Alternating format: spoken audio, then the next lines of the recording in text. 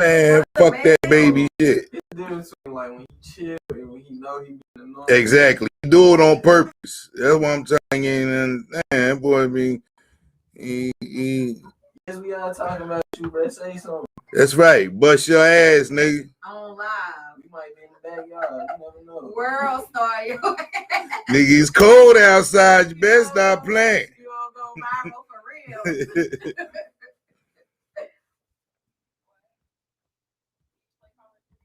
For me?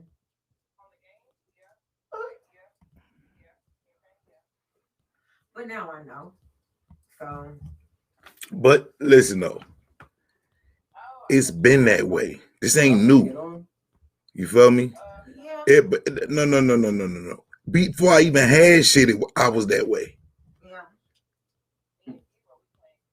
You feel me? Like I can understand suffering, like being in the hood and just knowing, like, nigga, your couch smell like pee. Your dog, I don't even know why the fuck y'all got a dog. Y'all so goddamn poor. Who the hell feeding this motherfucker? You just got a dog. Like, feel me? That scraps my ass. They feeding that nigga trash. Man, people love, you heard what DMX said. People love animals. This ain't about love. No, hell no. No. This nigga don't even have a collar. This nigga is tied up with a rope. That's not love. Nigga, that's a lynching. If your dog, if you own a dog and you ain't even got a collar for this motherfucker, yo, and you tie a fucking rope around his neck, nigga, that's a lynching. Yeah, I'm sorry. Never forget the people on Kelly Road had a goat tied up to the tree. See what I'm talking about? So crazy. See what I'm talking about? That was a real rope. That See what I'm talking about? That was a rope, and the goat was. That ain't love. Chilling. That ain't love. You won't need love. Chilling. He was not moving. Love is walking around today. Love is spinning a grit to get your new animal. What is that shit? We get his shots and all of that shit. This nigga got mail coming to the crib and shit like he a whole human. You know what I mean? He in a computer database and shit. You know what I mean? Love is every time this nigga break out of the collar or break that motherfucker, you run to the motherfucking to the spot and get this nigga a new tag. You take this nigga to get his nails done. You take this nigga, get this nigga dewormed. You get the fleas off of him, and you know what I mean. Keep his coat shiny, and when you shopping for dog food, hold up though. And then when you shopping for dog food, you see the high dollar shit, and you know how much this nigga eat, and you trying to figure out, yo, I want this nigga to be healthy just like me. So you go ahead, you know what I mean? Yeah, you go ahead, you get the money, and you spend the high dollar for your animal, man. That's love. I experienced that. Cause this nigga ran through fucking 15 collars. He wasn't even a year old. In a cage. In a doghouse. All of the above. Your man was just vicious. In 2 different locations.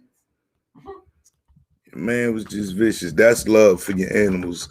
If you putting a fucking rope around your dog neck, man, that is not fucking love. So like I was saying, poverty. Being poor. The way, you know, you just throwing shit out in the yard. Yo, you know how this, like, think about that shit though. Think about how you ain't even taking a bowl up to this nigga. You just throwing this shit out in the off the back porch for this nigga to go and sniff and pick up pieces out of dirt and mud and shit, man. But I started thinking about slavery. Nah, slaves. That's how they did the slaves. Yo, I guarantee you that's how they did the slaves. Word up. But just knowing a motherfucker don't have no clothes, like your clothes stink. You ain't even in the competition of having a haircut. You just nappy, you stink, you poor, you begging. I'm just saying, we just talking about humble beginnings though. Oh, okay. Being around people like that and seeing them starve and then going to the crib, knowing nigga, other than the smells, and the dog with the rope around his neck, I ain't doing no better than he is. You know what I mean? So it makes you appreciate, like, I'm gonna tell you what a lot of people said, even though we stayed in the projects, when you came in my house, you thought we wasn't in the projects no more. My mom organized, kept the crib smelling good, looking good, clean, shit organized. You know what I mean? That's how she was. Now, that kind of pride, I don't know if motherfuckers still coming with that. They may be, I don't know. Hell, I got it. I don't know, but that's a very important trait to have. It's like, yo, even though I'm in this fucked up situation, I don't have to act like it and I don't have to look like it. Now, for them kids who couldn't afford shit, hell, I can understand the need to want a better situation. But I know some of them dudes, even when we started getting money, they didn't come out of that situation. Yeah. And that's what's crazy to me, that like you could be poor, but you don't come out of that situation. Like that lifestyle consumes you. Yeah. Your spirit, your the way you look at life and your motivation and shit ain't never properly formed. Yeah. That you can't do no better than what you're doing right now because you holding on to old shit. And there's people out here that do that. They can't move forward because they too busy holding on to old shit. You could be talking about some real futuristic shit, man, and it won't grab a motherfucker attention. They'll miss the whole goddamn plot. And it may come to them later on down the line after the fact. When I chose my friends, like motherfuckers I knew I was going to hang out with, even if it was for a day, first thing I'm going to do, I'm going to study your weakness, because then I know if something pop off or where we could be together at. Like I couldn't take a motherfucker who he's scared of everybody. I'm not gonna take him into the lion's den with me. You feel me? Just cause he's scared, he probably get a motherfucking shot. Niggas fuck with me. They want to know why this. Right. I can't take this motherfucker. Like, yo, what the fuck is wrong with your man? You know what I mean? It's like, yo, hey, look, man. Right. So whenever I go place, this still been poor, but I was able to go to the museum, go to the library. Yeah. On Sundays, hell, they showing fucking movies for like 25 cents. And it ain't like movies we watching now. It could be some old classical shit I would have never fucking tuned into, but it was something to do. So you seeing a different culture. Yeah. Going to the museum.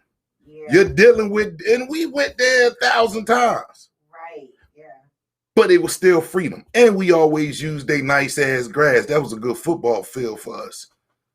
So yeah, I got to do that shit too with the school programs. They stayed taking us places. But no, this is on our own. Yeah, this is when ain't no school. We're making the decision to go to these places. You go to the suburbs.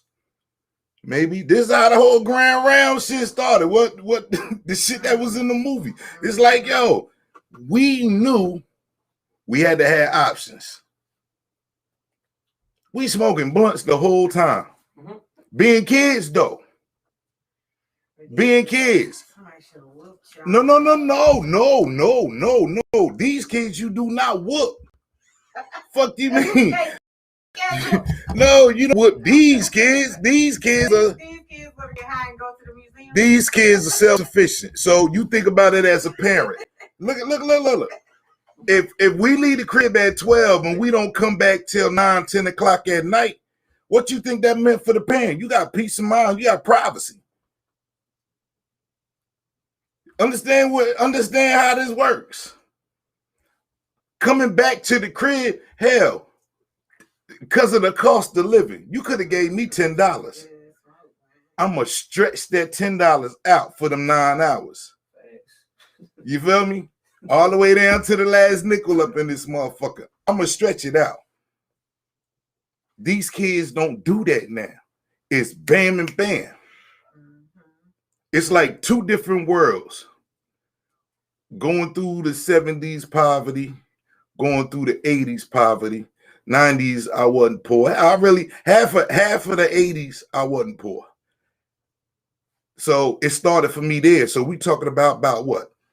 14, 15 years old? Imagine a 14 and 15, ain't even old enough to work part-time, but I'm self-sufficient. Right. Meaning, if I get on the bus and go to the mall, I know what I'm going up there for. I can go and shop for myself and balance the budget. You feel me? It may take a few hours. Well, that's good that you were self-sufficient at 14 and 15. And... But this comes from being poor. Right. It ain't got nothing to do with intellect. Being poor will make you, should most of us make you make different decisions. And then you fuck around and get a girlfriend or a friend that ain't had to go through none of that. Right. And I always thought these relationships was kind of like the fat and skinny. They parents in the crib, right. Work, they got a nice house. Right, but look, it's like the fat and skinny thing. You see a fat motherfucker and you see a skinny motherfucker and you trying to figure this shit out. You did? It's like, okay, the yin and the yang. You'll have a girlfriend. She boil out till she fall out. She throw you her purses when she done with them because she living a whole nother lifestyle, but y'all still friends. Right? It happens for dudes who are self-sufficient. They don't want your hand-me-downs. We want the lesson. We want to know how to get it. We want to know where to get it from. We want the experience. You feel me? I don't mind you putting me up on game, but I still want to have the actual experience myself. And I get that. This is why giving game, and we talking about, man, some people wouldn't even let you in their house. They were so poor. They don't want you to see how they living. So being a dude who was cool enough to, you gonna let me come in? And I'm like, God damn, nigga, your couch stink. I can't. I ain't saying that to be funny. I'm just saying, I can't, what up, y'all? I can't shame the person. I'm just in, oh, then there's roaches everywhere on top of that shit. Like, 2 times in my life, I saw like the grossest shit. Yeah, one night, I stayed the night over a nigga house and roaches kept crawling on me, man. I couldn't go to sleep. I bullshit you not, yo, and I'm glad my house was only a block away. I'm laying there, man, a fucking roach run across my face, man. And I'm like, yo, and hold on, though. The first roach didn't bother me. It just put me on alert. This nigga got roaches. But the mother 10 roaches got a little bit too comfortable and shit, you know what I mean? It was like, yo, I literally packed my shit in the wee hour. Look, in the wee hours of the night. In the wee hours of the night, I took my shit and was like, yo, man, I gotta go home, cuz like this sleepover shit ain't even gonna fly for me, dog. I can't have shit. You know what I mean? You doing this all night.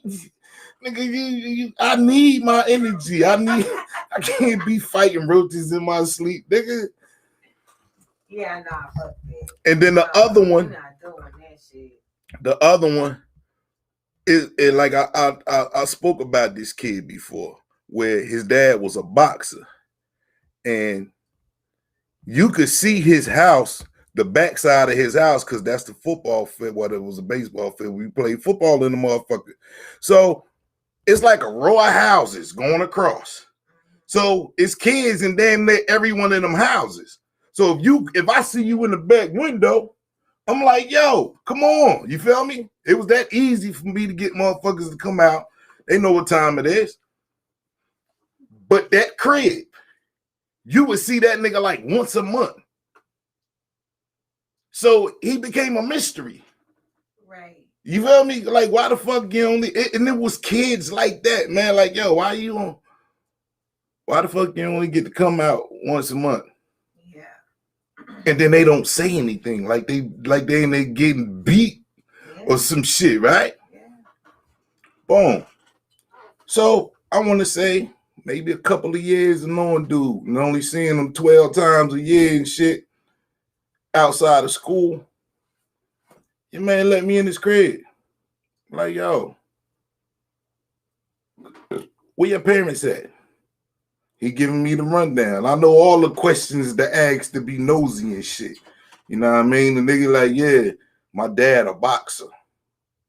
Oh, word, yeah, your dad a boxer, okay. And as I'm walking through the crib, I'm seeing the smells. I'm seeing roaches in the living room. The couch stink. The nigga take me into the kitchen.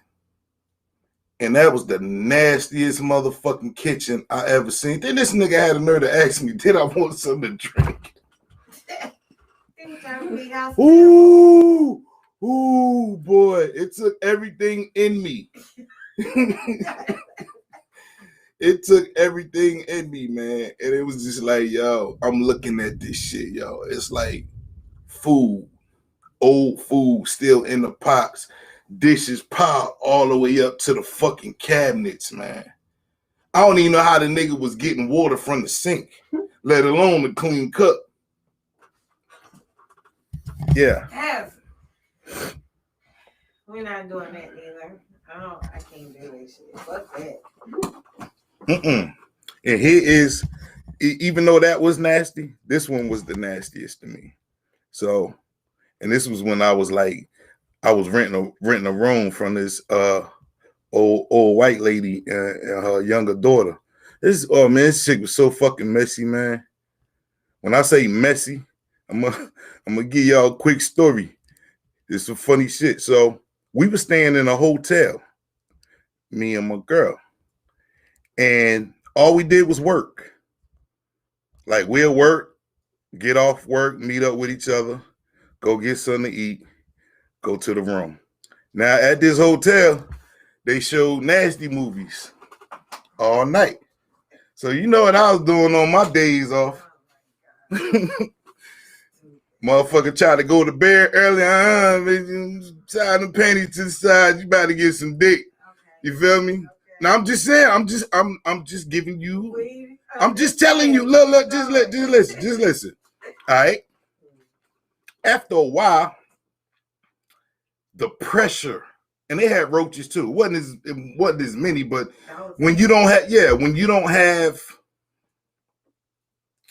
you know, a stove or that type of shit, you have food that, okay, I might eat half this shit now and half later.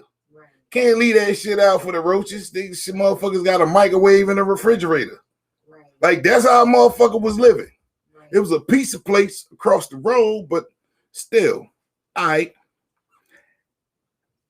got tired of paying $800 something a month to stay in this motherfucking room.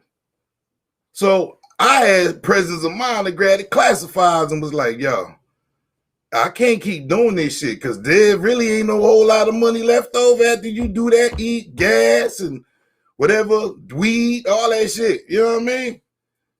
After a while, it was like, yo, you gotta figure something else out. So I found the room. At that point, I think we was only together because we was in the same situation. We wasn't necessarily riding for each other at that point. It's like we fucked up that we ended up here. Right. So somewhere along the lines, the plan went wrong. Right. And nobody wanted to accept responsibility for it. But nonetheless, my thing was, I'm looking for me a place to stay. You feel me? I'm dead ass. I'm like, look, I can't do this no more. Right. I'm like, yo, I gotta come up out of this shit because this ain't me. Right. This the shit that I saw with other people. Right. Now a motherfucker got me living in the goddamn trenches and roaches and shit. I can't even enjoy porn because it's a motherfucking roach distracting me and shit. Like, come on, man. So,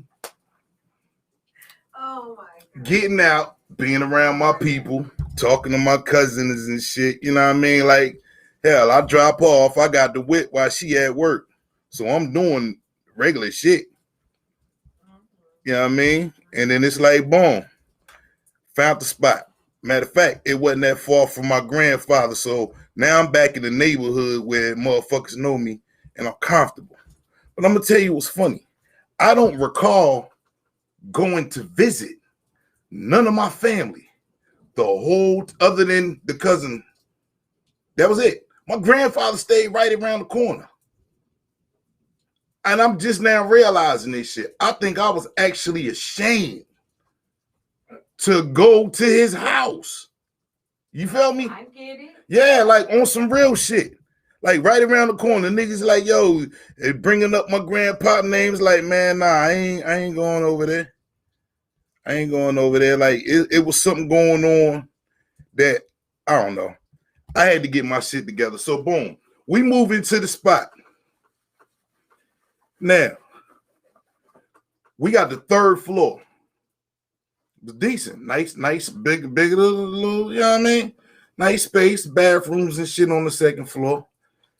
It wasn't really no, roaches must don't like being way up there. Because the roaches was not on the second floor or the third floor. We had not one roach. But let me tell you some funny shit. So me and Shorty both smoke trees. That was our thing. We get high fuck. So we on one of our late night shit. We enjoying this new environment, this new freedom, right? Late night munchies. Motherfucker, stop eating out. I'm only paying $300 versus $800. So now I'm buying shit like lunch meat, cheese, bread, milk, cereal, shit I couldn't buy in the motherfucking hotel, right? So a nigga balling out. Nigga at the deli. Nigga, let me get a whole pound this time. I don't want 2 slices of cheese, my nigga. Let me get that whole pound, right? So it's food. I ain't seen not one roach in the daytime. Went downstairs like 2 o'clock in the morning, man. They got the lights off. This shit scared the fuck out of me. I'm high.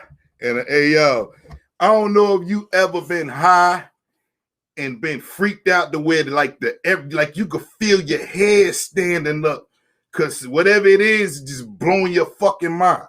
All right?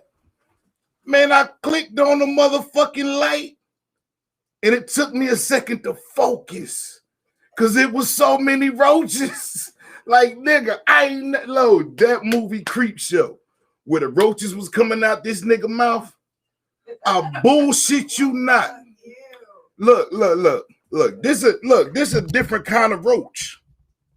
Feel me? These are different kind of roaches. Cause some of them niggas ran, and some of them niggas didn't run. So I'm talking about thousands. I ain't even fucking exaggerating on my mama, yo. Thousands of fucking roaches. So I'm in shock, trying not to blow my high, but stay focused. I'm trying to get to the refrigerator. So I'm waiting for these motherfuckers to scatter. Yeah. Some of them taking their time and it's pissing me off. So I started stopping these motherfuckers. You feel me? So look, the motherfuckers ran past the stove, all that shit, right? So I'm like, yo, you gonna have to complete the mission because you came down here, you know what I mean? So look, I bullshit you not, yo. I open up the motherfucking refrigerator. I ain't even know roaches could be in your refrigerator and still be alive like that. Them motherfuckers was in the refrigerator. Open up the cabinets. They still scattering. And I went upstairs. I told Shorty, I'm like, yo, we gonna have to start. Yo, we gonna have to start fucking eating like before these motherfuckers go to bed. You feel me? Because them roaches didn't give a fuck when the motherfuckers look. They ain't act up until they went to bed and cut lights off. Ugh. And it became a game after a while. I got used to them roaches, them thousands of roaches. No, Nobody should have to get used to that. But understand, it became a game for me to come downstairs, high sober, flick that motherfucking light on just to watch these niggas spread the fuck out. It was entertainment. That is a real humble beginning because that shit is ridiculous. I would never turn the lights off. That is crazy. But I don't pay the power bill. I just pay $75 a week. Yeah, I just went from paying $800 a month plus expenses, so I ain't complaining about shit. But what I do know is this ain't it. That's not it. So now, I'm trying to think, did this happen before I ended up at Net Cred? I don't even know. But anyway, so like I said, she and I were we was at the end of our term, our friendship, our relationship. So I could tell certain moves that she was making. And I'm sitting up here like, my nigga, I woke up one day. This is where I get to the messy young daughter. Some funny shit. I woke up one day and Shorty wasn't in the bed. I had just took a little nap, you know what I mean? Guy came off from work. Shorty ain't there. So I go downstairs where they watching TV at. After a while, I was starting to realize Shorty ain't in the crib.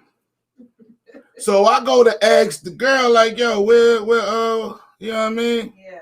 And her response was nasty. Ooh. So I'm like, the fuck was that for? Right. So these bitches done got cool with each other. And now, right. So I'm sitting up here like, yo, this corny as hell, nigga. Like, you wouldn't even be here. Like, I probably would have ended up smashing this bitch just to knock my $75 off a month. But because you here, you feel me?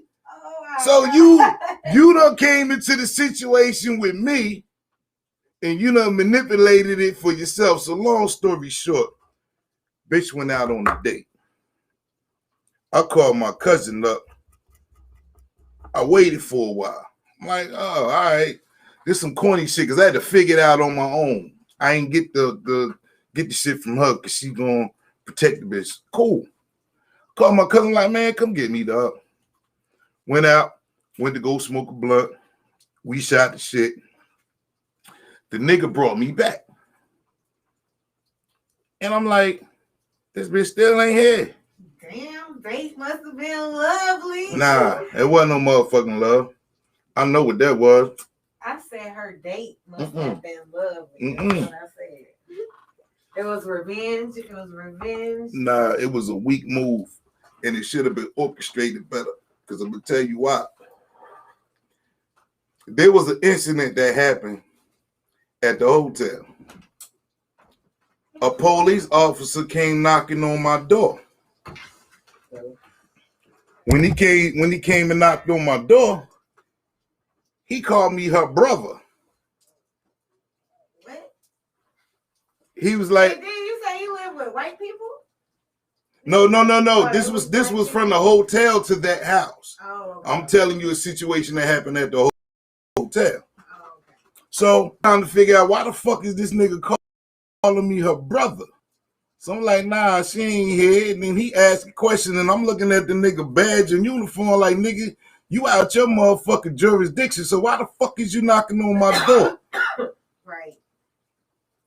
Then he said he was just checking up on her, and I'm thinking, and there's a white cop, all white dude. And I'm like, hold up, yo, what the fuck?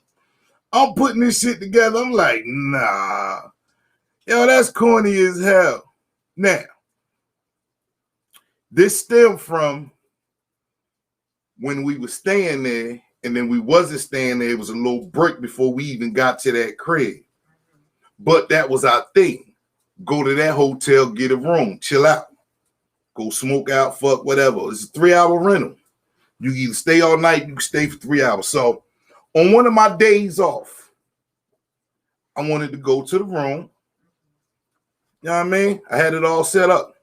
Shorty was like, nah, she ain't coming. Okay. So cool. I ain't begging. I called another chick. This chick had to catch a couple of buses to get to where I was at. Not a couple. You know what I mean? But shit, so long story short, me and Shorty in the room getting it in. We already done smoked, done ordered the food and everything. It was time to smash. We in there smashing. I'm hearing somebody fucking with the door handle. I ain't stopped, but I'm like, yo, what the fuck? So boom, Shorty come up in the room. She got the baby in her arm. And we naked. Shorty hop up off me and shit. I turn around, turn the lights on. She just had this look on her face, right? And I'm sitting up here, bitch, that's what the fuck you get for playing. I don't even know why you here. You said you wasn't coming. Fuck, I'm gonna rent a goddamn hotel room and you think I ain't gonna use this motherfucker? Bitch, you out your, you asked for that, my nigga. I'm just saying, no. Look. I'm just saying, you asked for that to happen to you. Playing games with the wrong nigga. I ain't wasting my motherfucking money in my trees, nigga. Saying like, nigga, this was, feel me? You said no. Why you here? Right. You feel me? So she left. Shit, I went and enjoyed my night. Had a hell of a night. Went on by my business. So it stemmed from that misunderstanding, so to speak. All right. So fast forward back to the me not knowing where she at, but I already knew what was up because I put two and two together. So when she came home, I could see the motherfucker getting dropped off. I'm on the 3rd floor window. It's quiet. There's a bar across the street. There's music. There's cars riding by. But then there's the door slam and conversation. She come in the crib. So I was like, yo, you should play sleep. I was like, nah, fuck that. We about to talk, nigga. I ain't got time for this shit. We playing no games and shit. So she come upstairs. I'm trying to be honest with the white girl was real protective. For some reason, like, it is weird, man. She's like, you known her all your life, but you keeping this secret that ain't even a secret to me. But for some reason, she got you going. And the motherfucker was like, yo, they gonna put me out. Nigga, I'm the one that rented the room. They ain't gonna throw your boy out on the street. So look. Damn. So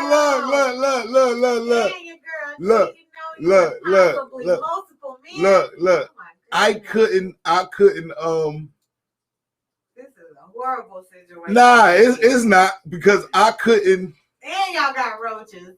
I couldn't put too much on it because once I understood, they got the power. Mm-hmm. So you just gonna have to fall back. Humble beginners. You got to fall back and just look at the situation for what it is. I fucked up twice because I shouldn't have let her come stay with me. I should have let her go. You didn't have to come here with me. You wanted to come. Right. All right, so look, we talked that night. After I'm like, yo, I'm just asking questions about dude, not the kind of questions y'all lame niggas be asking. I'm like, yo, that nigga old as hell. What the fuck you expect to do with that old ass nigga? You feel like this dead ass? I'm like, yo, ain't he white? Like, what you doing? Look. I'm like, yo. So I'm like, yo, the nigga married? She was like, yeah. I'm like, oh my God, you fucking stupid as hell. What you think? He gonna leave his wife for you, nigga? What you expecting to happen? Like, what is you doing? Because you're not hurting me. You're hurting yourself. And whatever breaking point we are at, I could just bounce. Like, nigga, I went from the room to here. Right. Before that, I was somewhere else. I'm going to keep moving. Right. But what I'm not going to be doing is carrying excess baggage for no reason. Nigga, you the one with a child. You feel me? Like, you fucking yourself up. You got a child. If I leave, you ain't got nobody to watch him. All that shit. Bitch broke down, crying. And I'm like, look, man, we don't have to do this, my nigga. Like, we good. You good. Be you. But figure you out. But make better decisions. Was the advice that I gave her. And it's like, nigga, I already put my plan B in motion. But what happened was, and I don't even know how we ended up not staying there no more. I think because me and her got back cool. That girl ain't like that shit. She thought she ganked a friend. Maybe she done waited all her life to have somebody in the house, because that's the vibe that I was getting from the crib. Your mom old as hell. You in the middle, like in your probably your low 30s or something, you know what I mean? And then boom, now you got somebody, a girlfriend to talk to, and oh, we all hate men together, bitch, because you ain't got a man, you don't want her to have a man. I'm like, oh no, you is not a nigga. I got hoes. You're not about to play me like that. All this shit about to change. So you could have had the family man, could have had the nigga that you was used to, or you could have had the nigga that I was before you met me. Take your pick. She couldn't stop herself. So I had to teach her a motherfucking lesson, man. And That's just crazy. I ended up moving in with my cousin, which was the best motherfucking decision I could have possibly made. Because I think I don't want to tell this story wrong, but for some reason, I think I went from there to that crib, but I don't know. I don't know. Either. But that's how I ended up with the 2 jobs. Good for you. No. Remember, I got fired. No, I don't. In the same day. What? From both jobs. What? I got fired. I had 2 full-time jobs. What? Hold on, wait. Real Rap Talk podcast. Because first of all, how did you get fired? So look. It was the plan. It was the plan. I told you I wasn't really fucking with my people, all except my cousin. And so I think because I stayed around the corner from my people's crib, that's what happened. I went from that situation to staying at my grandfather's crib. All right. And me and him had an understanding. Shit, it ain't take me long to get on my feet. I already had 1 job, but I had the presence of mind to go and get another job, full-time at that. So we talking about a nigga getting off 3rd shift, sleeping maybe for a couple of hours, if even that, cat naps in between on my 3rd shift job to going to work.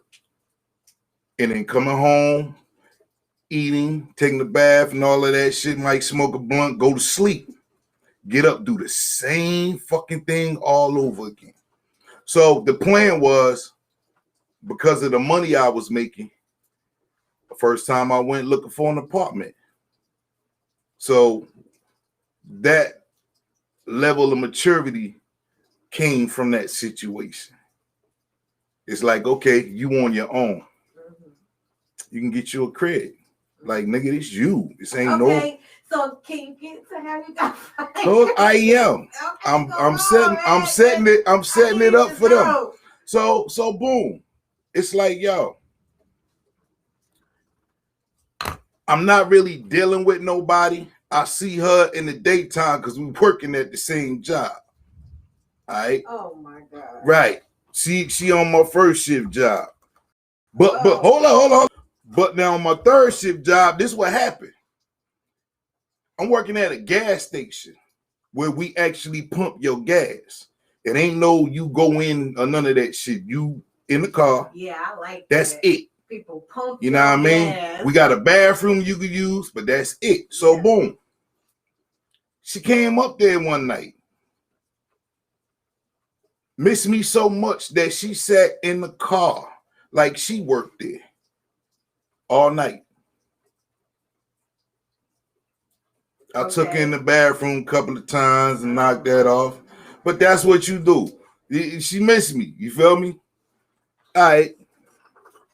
So you trying to come back into my life now that I'm doing better for myself. Okay. All right. I see the play.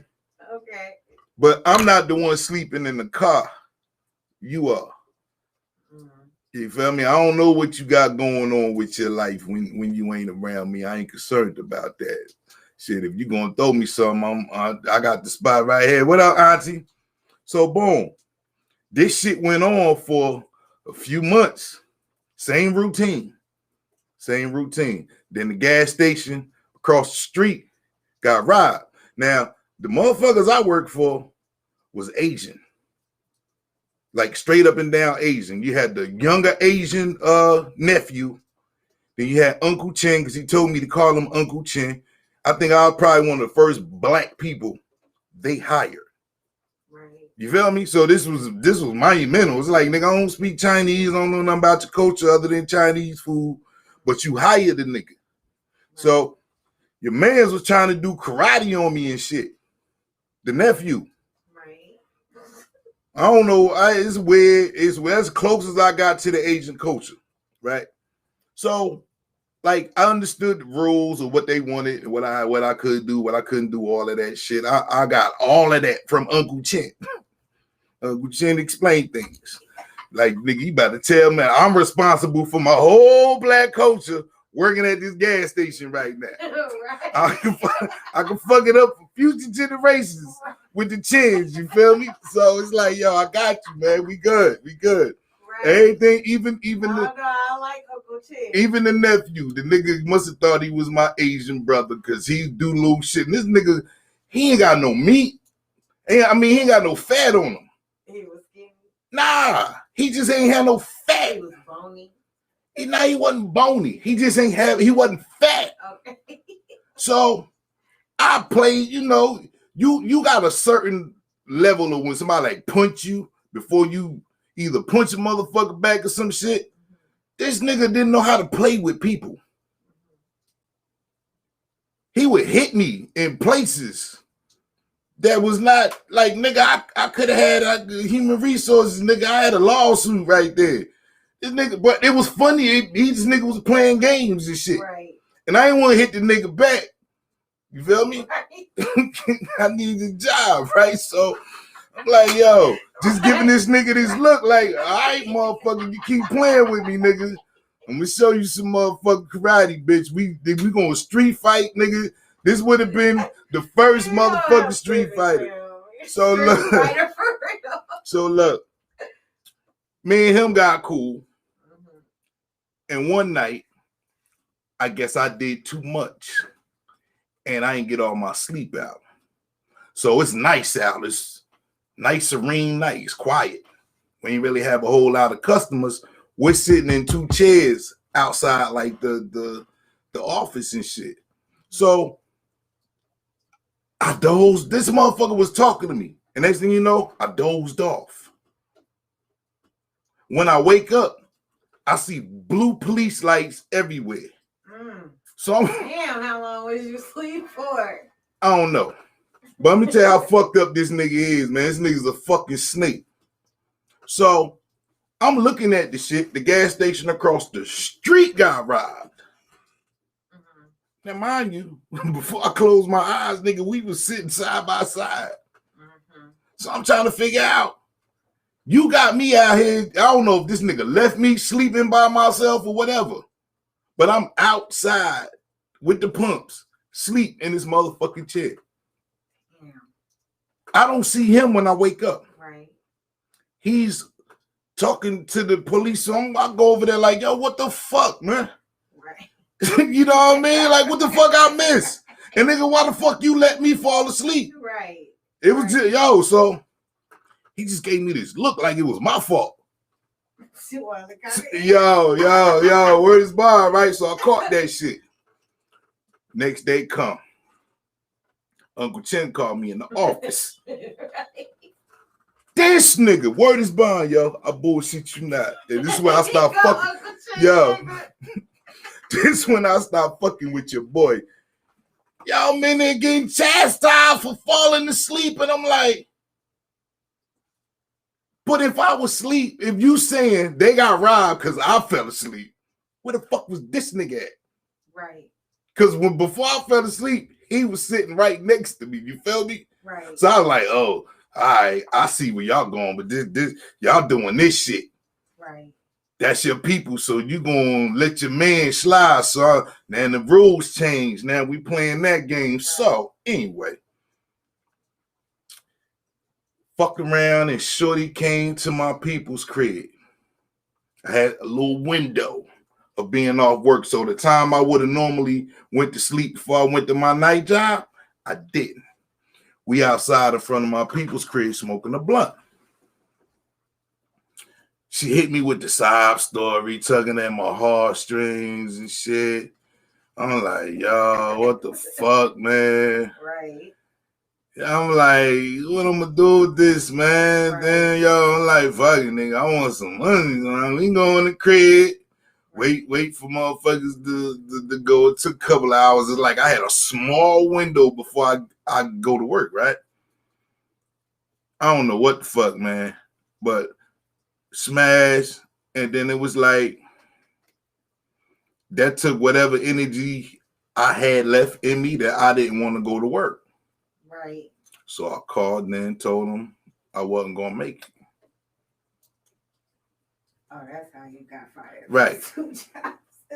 Okay. So got up. Hold up. I'm getting there. Got up the next day. Y'all. Okay, got up the next day. Called out of my daytime job. Why you call that about? Man, look. What did I tell you? I didn't go to sleep. So that's from the day before all the way to that. And then I wasn't killing myself. So got fired from the first job, first thing in the morning. I go up to the second job. They told me I was fired. They ain't called me and tell me. They waited for me to. Hey, dirty motherfucker. And yo, word is bond, right? I wanted to punch the nephew in his fucking face when they did that shit. Because I felt like, nigga, it was your motherfucking fault. You put that poison. Nah, but he put that poison in the Uncle Chin head. How you know that nigga ain't put something in my drink? I don't trust that nigga. You feel me? Yeah, I feel you. And how they get robbed, nigga, if you was still outside with me? Why you ain't called the police? Because that was the conversation was all about. Anyway, so now I done lost both jobs. I ain't even getting the cred. It's time to dip. Damn. People mad at me. So I think that's when I came to stay at your house, Auntie.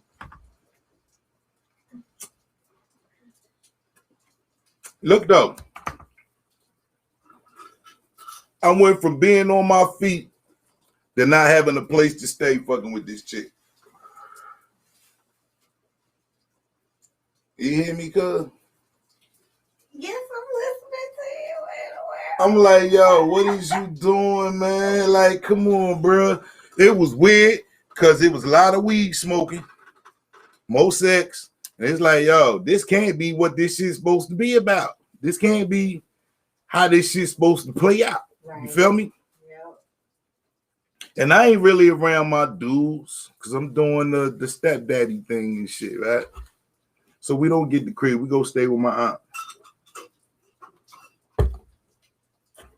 That felt more like what it was supposed to be like. Staying with her. And I got a better job that I only needed one. And it was respectable and I had fun. It was something different. I was in a different neighborhood, different environment. I was around rich motherfuckers. So now I'm peeping a whole different game. Like there's some things that I need to be doing for myself. You feel me? At this stage in my life. Yeah. Me and Auntie fall out though. Yeah, man. Auntie fell out. Auntie told me I had to go, man. So now I'm at that window of, damn, nigga, we back in this motherfucker. Like this dream ain't gonna fucking end. So, yo, it's some funny shit. So there's not a lot of programs for men. But there's plenty of programs for women and women with kids. So I learned this shit. It ain't even take her long to get accepted for her and the kid. And we had like I think it was like 5. I had to be like, my option was to go to the homeless shelter for men. And I'm sitting up here, yo, they took me on a tour of the homeless shelter? Yeah, before to make the decision, like you had to actually go there to. Right. So while I'm in there, I'm looking around and I'm like, these motherfuckers is sleeping on cots. Yeah. All around each other. And there's some unsavory characters up in this motherfucker. Like, I'm hearing stories. Like, hold up. This shit definitely gets good. I'm hearing stories like, yo, this like prison. Niggas will shank you in your sleep. And I'm like, who the fuck right wants to be worried about that shit? Because I'm like, yo, I'm a fly nigga. I'm just in a fucked up situation. This ain't no permanent shit for me. Right. But it's either this or I'm be sleeping outside because I ain't the time frame of having somewhere to go. It ain't been figured out yet. But she's straight. Right. So I'm like, yo, I had till I think 5 o'clock to go get in line or some shit to do that. And I was like, yo, the man in me said, hell no, dog. I can't do this shit. So went hollered at my cousin, took a leap of faith, hollered at his pops. Pops like, yo, you good, you can stay here. Best motherfucking decision I made in my life. And I'm gonna tell you why. Nah, this one, let me tell you why this one worked. Because now I'm around men. Right. You feel me? And I needed that. Right. For your growth and development. Well, I got my little cousin up under me. I'm his favorite cousin. And his pops, who I thought was somebody else, rest in peace, turned out to be cool. Right. And it was a perfect situation. Like the role that I had to play in this situation, perfect. It was a beautiful thing. It went on for a minute. Got me a motherfucking good paying job. I got things bounced. Bought my first car. So things was, you know what I mean? Things did what it was supposed to do. But the goal was to get down south. The goal was to get down south. Just so happened, though, my earth was in a homeless shelter, too. Well, whatever the shelter was for the women. I don't know what they call it, but anyway. Yeah. So, now, hold up. This is that shit where I went from my mama crib, leaving her crib, and it was like a whole goddamn circle to end up where I was. Just so happened, though, she ended up where my mom was at. So the few times I talked to my mom was like, I don't know about your girl. Did you just talk to her? And I was like, nah. Well, she was on the phone with some nigga. I'm like, okay. I mean, we over anyway, but you just confirming this bitch out here in these streets. I can't, you know what I mean? I gotta let her go. So I'm like, shit, nigga, I'm fly. I got hoes. I'm back on my feet. Like, nigga, the game, and I gotta win.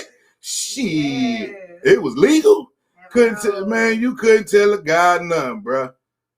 Bros over hoes for real. Oh my God. We look.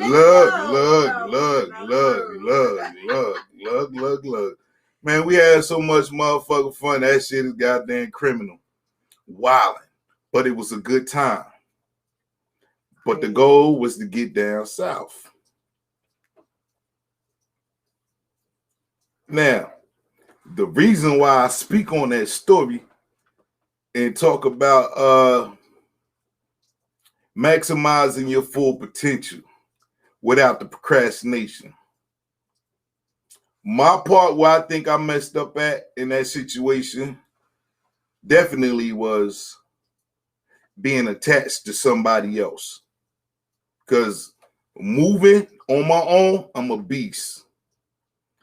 I understand dudes like me and dudes who out to do the right thing and you try to look out for somebody, but shit turn to vinegar for whatever the case may be.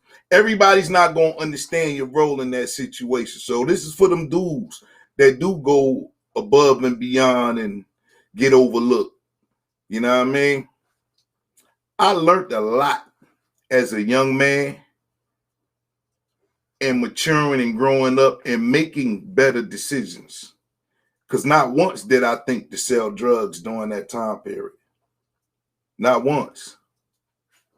Not once. And hey yo. Don't steal though. You trying to do the right thing. But I'm saying, but just understand what I'm saying.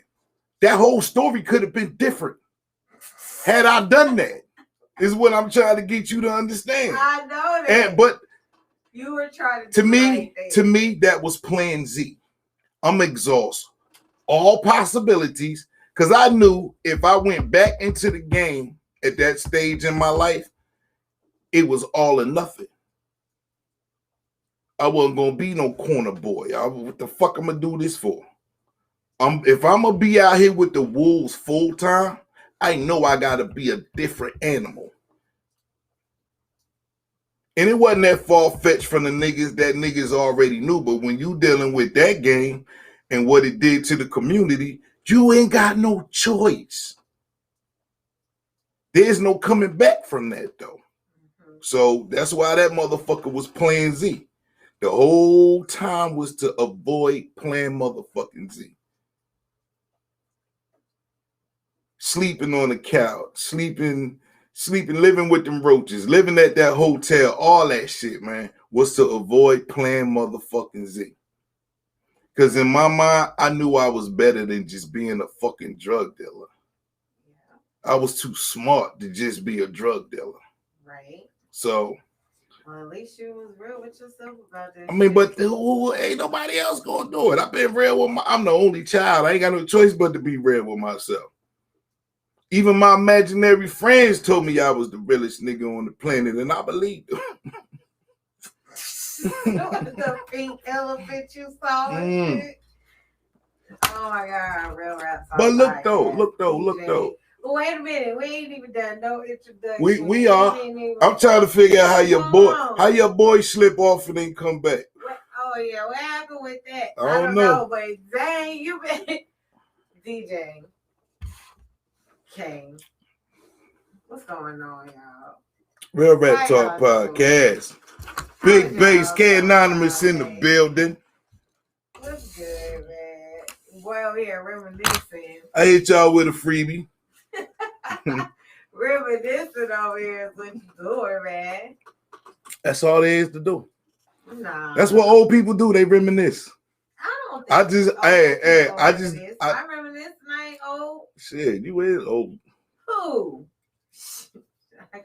Shit. You in denial. But look though.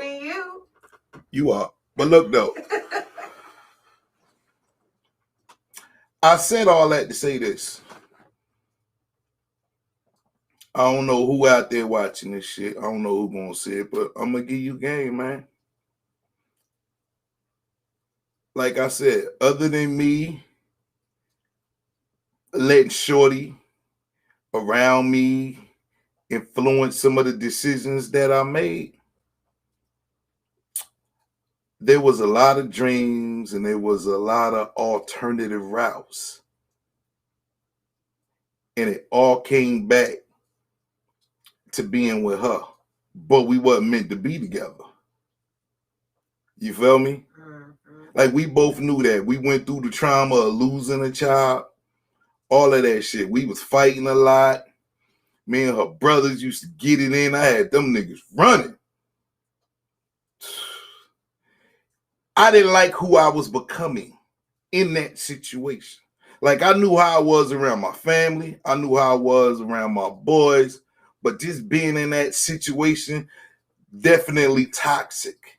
That wasn't even a word for us to use at that time back then. But it was just like, yo, being a young boy fucking with an older chick and knowing better, man. It's like, yo, this shit is beneath me, my nigga. Like, this ain't even my style. Because the smiles, you know, you be around people, family, their smiles. When shit ain't going right, motherfuckers giving you dirty looks and shit. Like, nigga, I could stay in the car. I could dip off. I ain't got to be around none of this. You feel me? I'm moving through my city, nigga. You feel me? It's like, yo, going through all of that shit. Her girlfriend was a hoe. I should have smashed it over. Word is mine. I should have. Because she tried. She tried to holler at me. And I was, you know what I mean? But nah, it ain't even that. It ain't even that. That tit for tat shit wasn't me. It's like, yo, I'm gonna be the nigga that take the higher road, cause, like I said, you hurting yourself. You not hurting me. I already know where I'm going. I just gotta maneuver through this bullshit to get there. So to the dudes, man, young boo dudes, you in love, check out your nose open, whatever the case may be, man. If the situation, when you do the math, it's not benefiting you, besides getting some ass, yo, leave. If you don't have no real attachment, leave. And I know a lot of dudes do leave. And the chick got a different story to tell to everybody else about why he left, because she hurt. Yeah, man, fuck all that, yo. Live your motherfucking life, yo. Because I'll be damned if I would have stayed. Ooh.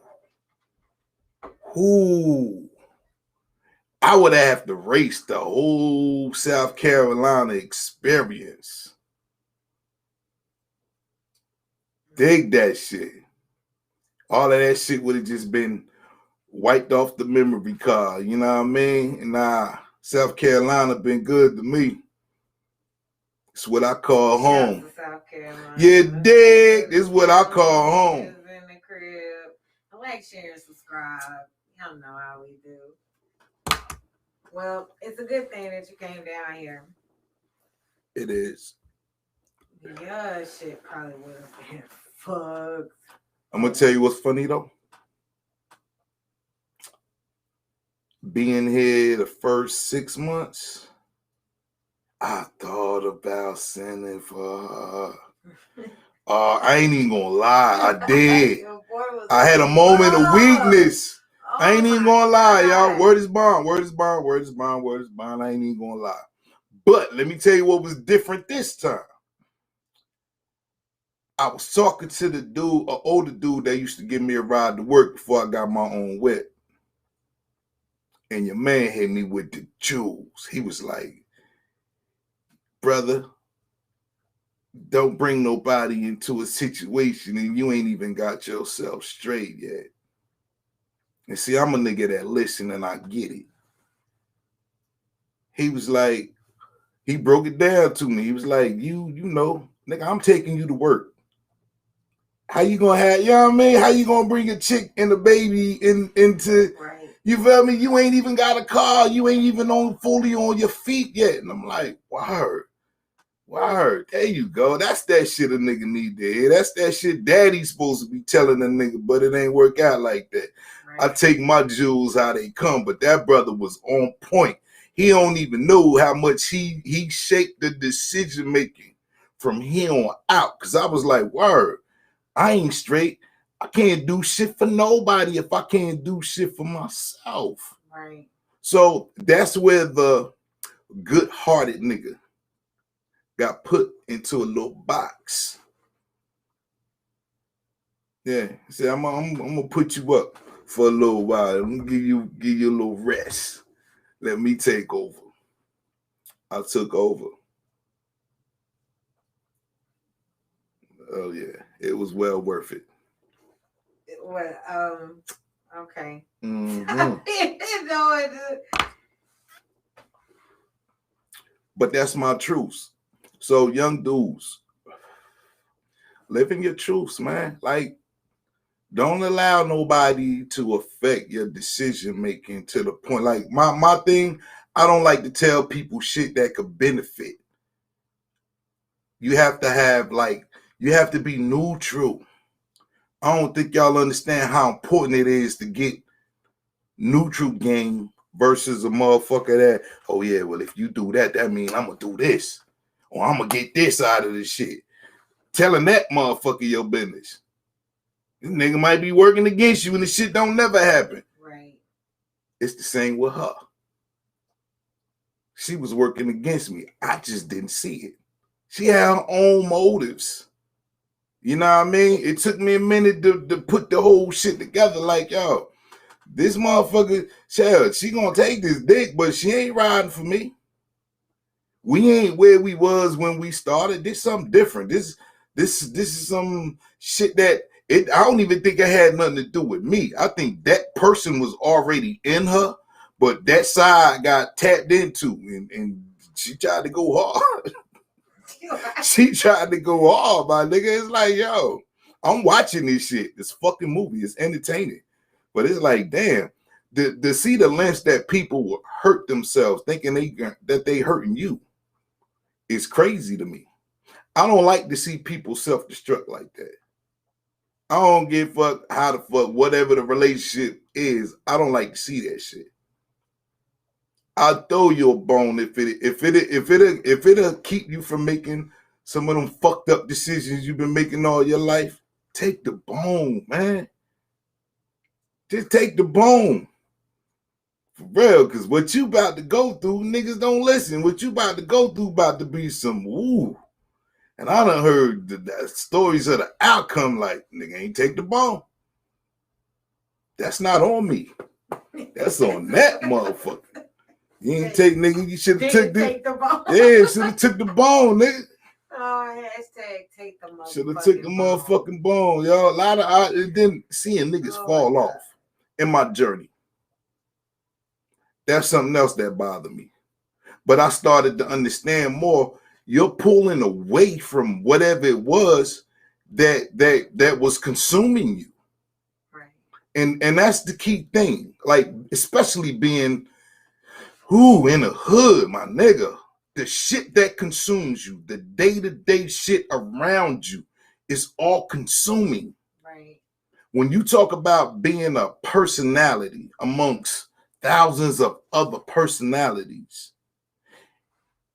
if you're not trying to be the main character, the one who got to get all the attention, you just a cool motherfucker. You can fight, you handsome, you dress nice, all of the little typical shit. You ain't gotta have a fly ride, and you ain't gotta have a high-paying job. You still have a fucking life. This is what I want dudes to understand. Don't let people put that pressure on you to where you gotta try to be more than what you're willing to be. And that's what I got from that. Like, I think working 2 full-time jobs, like, to me, that was bananas. It might not be bananas to y'all, but hell yeah, that's 80 hours a week. Yeah. Full time. But I had it once I figured out a system, because I was concerned going from the daytime job to the nighttime job.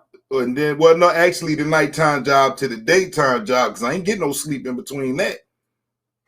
Right, that was straight hours of work.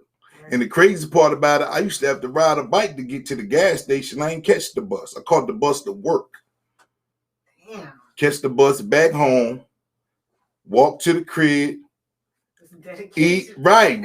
Is what I'm saying. Your boy. That's why motherfucker can't tell me shit. Nigga, if I want to do shit, I ain't doing nothing. I feel you. Fuck that. I feel the same. But that same dedication, when I moved to my cousin crib, I knew once he allowed me to stay there, I ain't have no job. I was fucking with them temp service that don't even give you, like, you ain't even had 90 days. You might be working at a job for 2-3 days. That's how bad the temp service shit started out. Yeah. For people who don't know, you wasn't even working like how you get now when you on as a temp. Nah, you'll work for 2 days. And then they had to find you something else, and that might take a week, 2 weeks. Right. That's a different lifestyle right there, yo. So yeah. I walked 3 hours and some change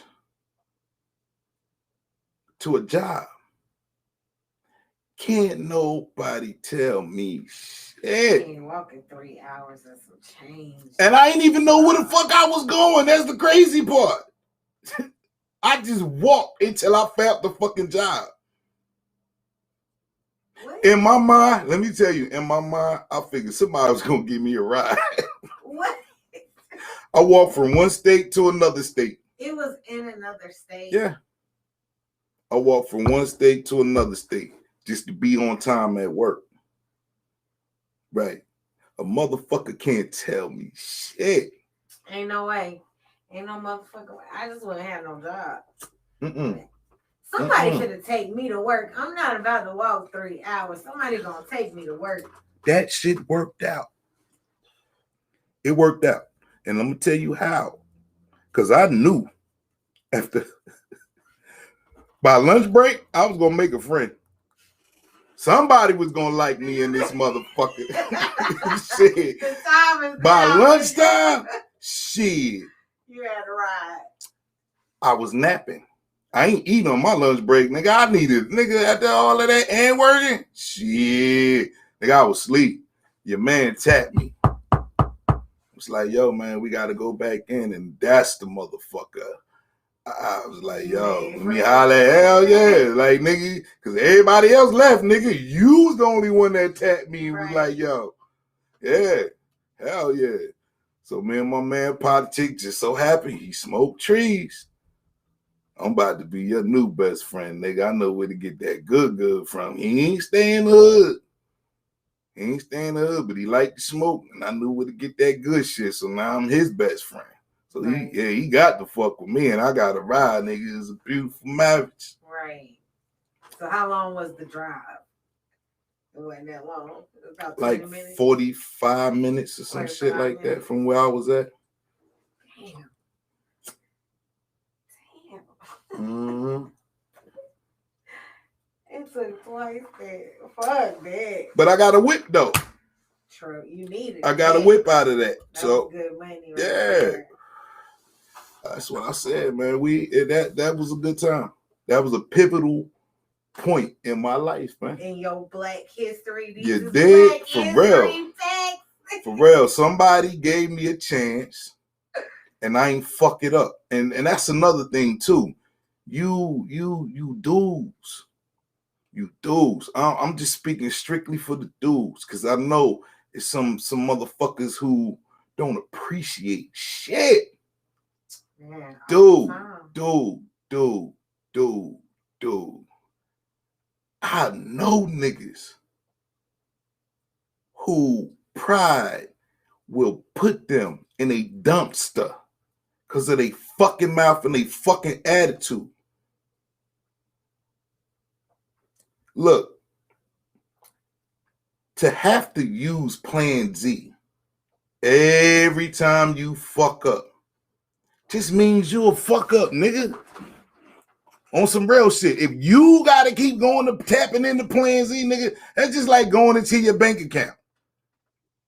You throw some money in that bitch just to say you got one, but you eating off of your bank account. Next thing you know, nigga, you in the negative. I know motherfuckers who live their life that way. Don't have nothing. And ain't trying to get nothing. But for some reason, you can't tell them niggas shit. Which don't make no sense to me, my nigga. Either you want something or you don't. How you living with another motherfucker and you trying to tell another motherfucker what to do? Like, that don't even make no sense. But they out there. Them the same ones who be getting in trouble a lot of times too, because you don't know when to shut the fuck up. Look, at a certain age, as a man, there are some things you should have and some things you should be doing. If your life is just predicated on how you feel and it's not producing anything, you might need to try a different strategy, homie. For real, it's dudes my age still ain't got shit. And I guess they don't want nothing. People who open their doors to them dudes, people who try to help people and they don't reciprocate the love, I get it, man. I done tried to help a lot of motherfuckers, man. And some people appreciated it and other motherfuckers just, I don't know, man. It's like you wish you don't want to fuck your blessings up. But at the same time, it's like you look at a motherfucker like, what the fuck is wrong with you? You don't even understand the mathematics of the situation. You think somebody's supposed to give a fuck about what you talking about. Regardless the how my shit that I invested, that I went out, spent money for and got, you gonna come in and run my shit, my nigga? Hell no. Hell no. But there's people out there that do that shit. And there's some weak people that let people like that in their spot. And they running your shit. And ain't got nothing. Oh, that shit is so fucking weird to me. Ain't got nothing. A motherfucking thing, man. Motherfucker riding around here in your shit. I don't know, man. Maximize your motherfucking full potential. Stop letting other people dictate your story. That's the greatest gift that I got from that shit, man. I ain't never letting nobody dictate my story. If I fuck with you, I fuck with you, but you're not dictating my story. And it ain't even about disrespecting my elders or no shit like that, because I was never really that kind of dude to do no shit like that. I knew how to act. But when I got my mind made up, man, them turbo boosters is going full motherfucking speed. I'm on it. You feel me? When you got your mind made up and you know what you want to do, man, and you got a pretty good plan, then just execute that motherfucker, y'all. For real. Like, I spoke about this shit when the last episode, when we had the tax dude on here, y'all. Like, do it. Life is short, man. Do it. Do it. Who the fuck want to live with a bunch of fucking regrets? Nah, I said the king. And you feel me? That like, nigga, that is not something you want to be, that monkey on your back. You know what I mean? Like, why the fuck would you? It's enough shit out here to knock you off. You want a monkey on your back on top of that shit? You want a dog with a rope, nigga? You feel me?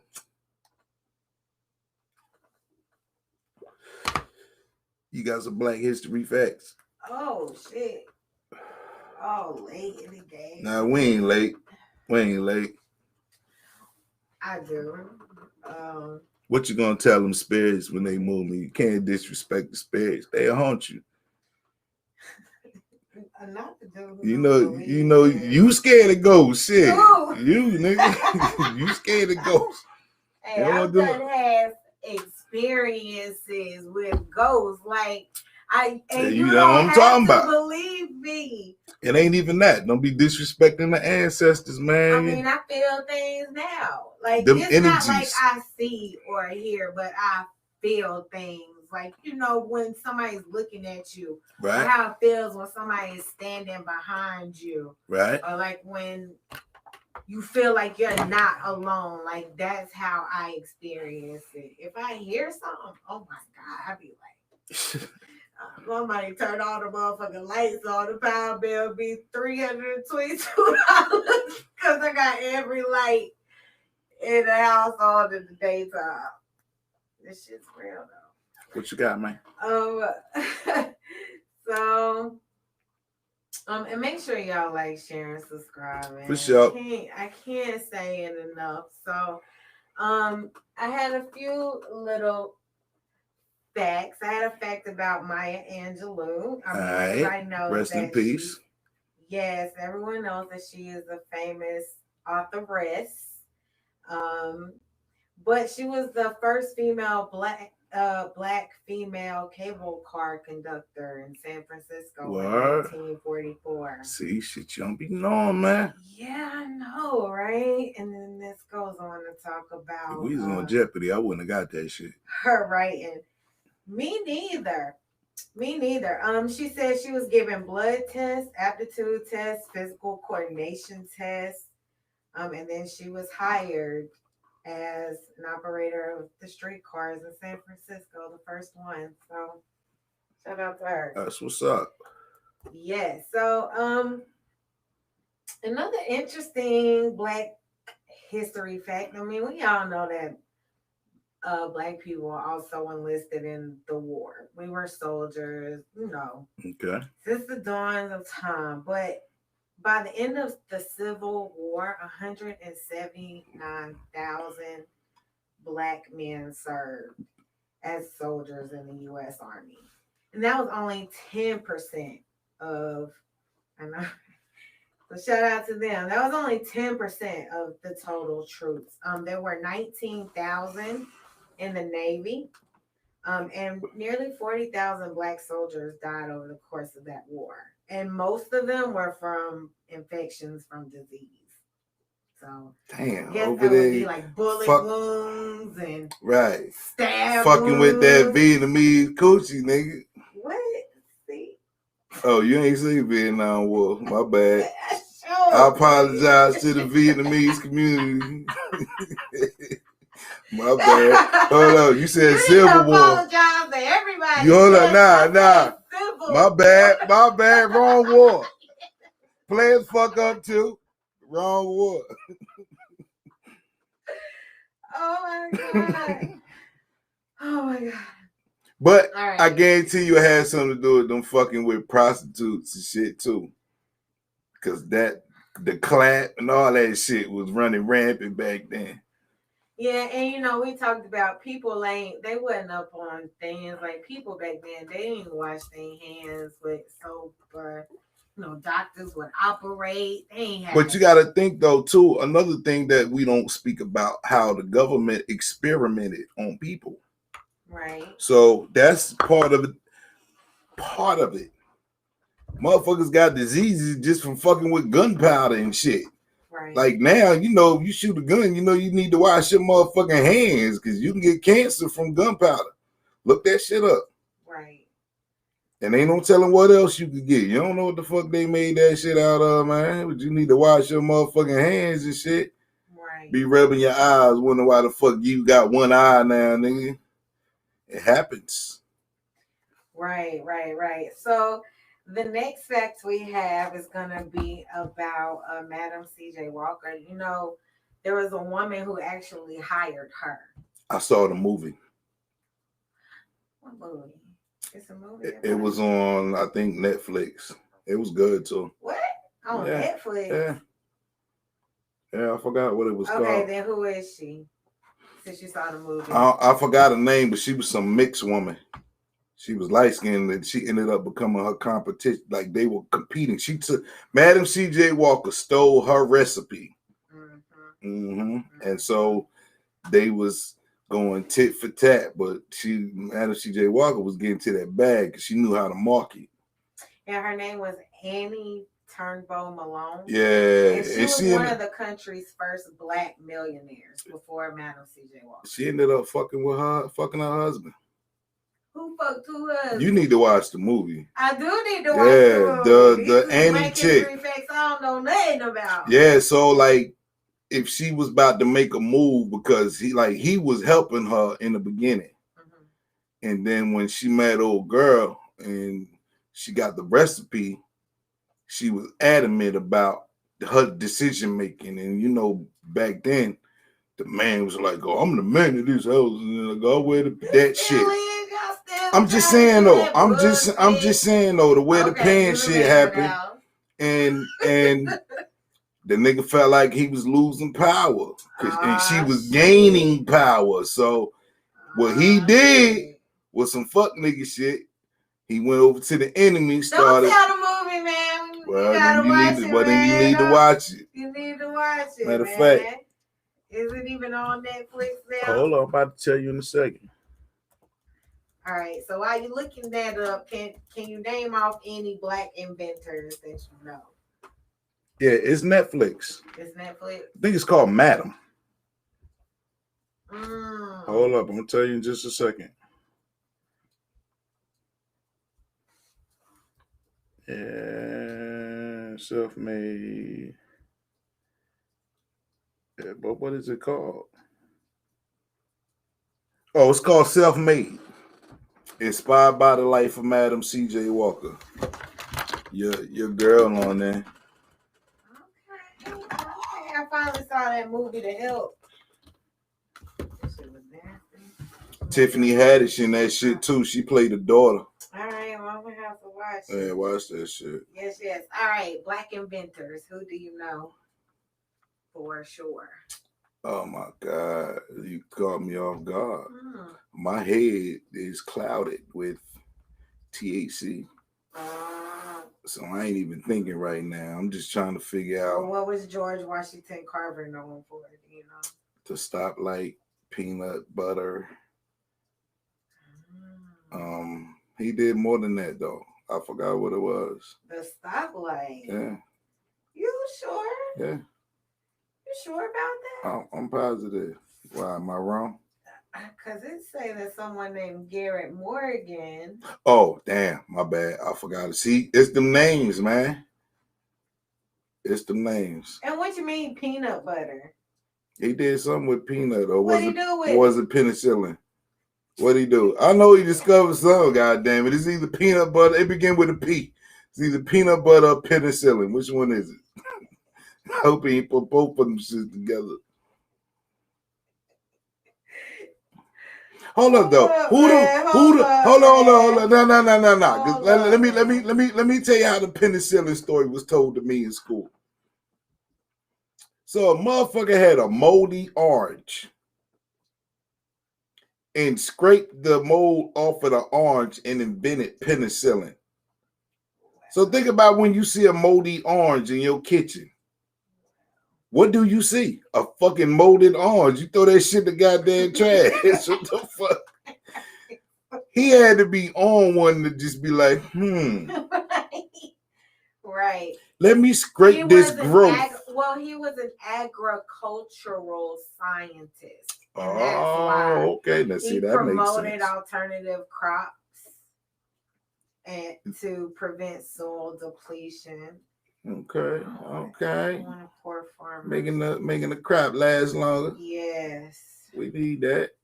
The most popular of his things was he came up with 105 food recipes using peanuts. Okay, there you go. He was the peanut. The fucking peanut man. Peanut whisperer out this motherfucker. So Garrett Morgan actually invented the 3-position traffic signal. Okay, I remember him. Yeah, so you got me you had me skip around. So someone named Lewis Howard Latimer, he helped improve the light bulb by adding a carbon filament in it to help the bulb last longer. Okay. Yes. Shout out to him. Yes. Sarah Boone, she was a dressmaker, and she made her name by inventing the ironing board. Word. Big shout out to her. Sarah Boone. Have a nigga out here look. Yo, I remember when motherfuckers used to put that crease. Yo. Iron clothes do smell good though. Yeah, but look to my down south niggas. I remember when that was a motherfucking thing. Sitting there watching nigga iron put starch all on the motherfucking jeans to iron the motherfucking crease. So when he's done and he put his pants on, the crease is lined up in the front. I'm so glad we got past that bullshit. Yo, a nigga was tripping on me because I had on a long sleeve shirt with shorts in the summertime. Right. They ain't get that shit. I actually, yo. See, this is why I love down south, because motherfuckers don't understand the summer of '86 is so motherfucking dope, yo. A nigga argue with me. About what? This nigga had on brown and orange about the shirt and the shorts. Like the Cleveland Browns. This nigga had, right, Like yo. A nigga gonna try to tell me about style, and I'm like, he was vested into this conversation, so I had to entertain the nigga. I'm like, yo, what the fuck is you talking about, nigga? You got all brown and orange in the summer, nigga. Them ain't even summer colors. No, what the fuck? Right. Not summer Oh, colors. pumpkin patch clothes wearing ass, nigga. Fucking fucking Halloween Charlie Brown, motherfucking fuck out of here, nigga. And you know what this nigga said at the end of all of that, yo? I guess you can wear a long sleeve shirt with shorts, because I'm gonna tell you, when I got around the females, didn't none of that matter. This nigga gonna tell me, pull me to the side, yo. He gonna tell me, yo, I guess you can wear While they long. was hollering at your boy, he was getting some action. Not with that brown and orange. He wasn't getting no action. Nah, wasn't nobody trying to holler at that nigga. Nobody? Mm-mm. Damn, he should have. That nigga had halitosis. That's how I learned the word halitosis. Nigga had halitosis, man. What the fuck? Yes, man. Somebody. He was dragging. Look. That's why a house party is so fucking funny to me. That nigga was dragging Breath Bilal, nigga. Amen. So, but Sarah Boone, she was the first Black woman to be awarded a patent in 1892. A patent for the ironing board. Well, that's what's up. She's very that, and all them shits, man, is important. Let's see. I think she was the last one for the Black History Facts. That's what's up, and man. The inventors. Yeah, that was very interesting, right? So the other thing I had was there was a shooting in the Charleston Mall, like hold on, let me see, where is it? When was this? Yesterday, was it? Did you see anything on it? Yeah, I read. What'd you see? I think the one in Rock Hill was the girlfriend shooting the boyfriend. Yes. So I didn't look too much into that, but that was a non-fatal shooting here in the Walmart parking lot. And she was 37, he was 38. They were fighting, and he stated that he was shot by her, and she left the scene. So, I hope they get. Oh, she was arrested. I hope they get that together. You can't be out shooting people in the Walmart parking lot. What kind of love is that? I don't want that shit. What kind of love is that where you want to? It's a non-life-threatening gunshot wound. Like she shot him in the ass or some shit. Yeah. Shot that nigga in the ass. He must have turned his back. Be turning your back on him, boy. You get a bullet in your ass, nigga.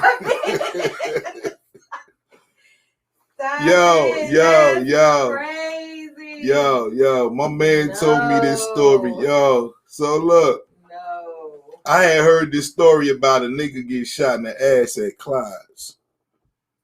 And I'm hanging out with this dude for probably about half the goddamn year and shit. And you know how when you got a lot of shit going, y'all get to know each other as y'all go along. Right. Come to find out, this the nigga that got shot in the ass. I'm like, nigga, that was you? Right. Yeah, man, it was like, yo, I was the DJ, and I'm, my conversation is like, nigga, then how the fuck was you outside with shit? Right. Yeah, he told me the story about that shit. Said, I'm like, nigga, well, if you was outside getting shot in the ass, nigga, who the fuck was DJing? Right. Shit. Stay your ass behind that DJ booth, nigga. You won't get shot in the ass. Right. I heard somebody got shot in the ass with that little pool hall thing, that white pool Oh hall yeah. I went to school where it got shot in the ass. Like, that's a common thing. If you get down shot here in the ass, you was running. No. Either you thought the conversation was over and turned around, and the motherfucker then said, "Nah, bitch." It started dumping on your ass. Yeah, man. I done heard Or a lot. What? Or ain't no or. Ain't no or. It's like, yo, I done heard a lot of stories down here like that. Like, I don't ever want to be shot. Please don't shoot me in my ass. I've never been to a club where they did any shooting. Ever. And I done been out a lot. Like, never that situation where that shit happened. I've only been in one place where a shooting happened. And I've been in a lot of places where that shit happened. It just wasn't in no club. Nah, I was in an apartment building when the shooting happened. So they was outside, we were inside. Mm-hmm. Like, that's some scary shit. I don't ever want to be in a place where somebody starts shooting. Yeah, because the bullet don't have no name. Right. And the one it was the Northwoods Mall in Charleston. You ever been in there? Mm-mm. Yeah, 3 people were wounded. So shout out to them. We hope you get better here at the Real Rap Talk podcast. Not really sure what happened. They wasn't worried about COVID. I swear. 2 of the victims had non-life-threatening injuries, and 1 is in serious condition. Hey, yo, man. Speaking of that, here's another one for y'all. I understand camaraderie, hanging out with the fellas and shit. And what I don't understand though, and maybe just because it ain't for me to understand, but I've been in plenty conversations with people my whole life. Some that just wanted to do some foul shit. Some that wanted to do some unspeakable shit. I always made up my own mind. So what type of nigga has somebody in their ear like that and you always end up in that situation? Right. Like, nigga, the minute you made that decision outside of a jail cell, outside of a prison, outside of a courthouse, outside of a motherfucking police car, right, the minute you make that motherfucking decision, everything that you know goes out the fucking window. And that's what I don't grasp about how it's easy to just shoot somebody. Right. I don't, there's no, like, I speak for not the dudes who got to protect themselves. We ain't talking about that shit. But I'm looking at it like, so the scared nigga with the gun, that shit. Right. It happens more than we care to speak about. So you with a nigga who got a gun, who got a beef. It ain't even your beef. You got a gun. A lot of times the dude y'all rolling up on, if y'all don't catch him slipping all the way, like my man in Raquel, I ain't even gonna say his name, but shit, I heard niggas ran up in his crib and that nigga was ready. Laid all them niggas out. I heard that brother is in another city doing his thug thizzle. I salute you. Some of y'all probably know who I'm talking about, but I ain't gonna say his name. Stories like that though, where, hey man, come on, let's get together, yo. We gonna come up with this plan, and yo, you do this, and yo, I'm gonna go in here, right? And I'm gonna all of this shit, and it don't never go the way y'all motherfuckers playing that shit. Right, that's the crazy shit. And you got 2 other dummies with your ass. Because I see the mugshots. I do. I read the fucking news, nigga. I see the mugshots. Stupid ass motherfuckers. Like, why? Why? And then the part where y'all end up taking a life in the situation and that wasn't even part of the fucking plan. Scared niggas. So if you scared, then what the fuck is you even doing this shit for? Nigga, we did shit and it was an adventure to us to have fun. You feel me? We did shit to have fun. We did wild shit to have fun. You going to jail for 20, 50% of your motherfucking life don't sound like fun. I don't get it. Show the fuck don't. I'm dead ass. I don't get that fucking dumbass logic. Ain't no way. And what kills me every day, every fucking day, this story, this cycle repeats and repeats and like a motherfucker ain't read not one newspaper, ain't seen not one news story where they told your ass. Even another, they gave you cops. Let me show you how stupid you motherfuckers are. They gave you cops. Cops, the longest running motherfucking police show on motherfucking TV. They gave you cops. That shit was hilarious. Your ass still don't get it. Then these motherfuckers gave you the first 48. With niggas snitching. Every episode. Every episode. Which confirms, nigga, the street shit is dead. You can't trust none of these niggas no more, bruh. Then they gave you Live PD. Where they gonna show them busting your ass in real time. You niggas still don't get it. I don't understand that, man. Why do you think your master plan is so much better than everybody else that came through that door and felt? And the wild shit is when they lock you up, you gonna be in there with the other motherfuckers that got caught. Like, feel me on this. We did shit, and the goal was to not get caught. That's the creme de la creme of the lick. Is to not get caught. To not have to kill nobody or none of that shit. Get in, get out, whatever it was. Right? Y'all niggas do shit and stand around like a movie. Like this ain't really happening to you. You didn't just pull this trigger. You wasn't just in the shootout. I seen on Vlad TV a young boy got shot.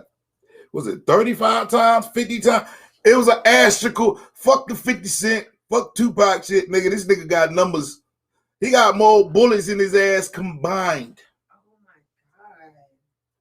Than them niggas combined. And probably fucking 15, 20 other bodies. This niggas got shot like 35, 50 times, man, and he survived.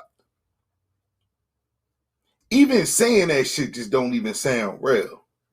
That's a lot of lead to put in your ass. That is. And I'm like, yo, what kind of hate?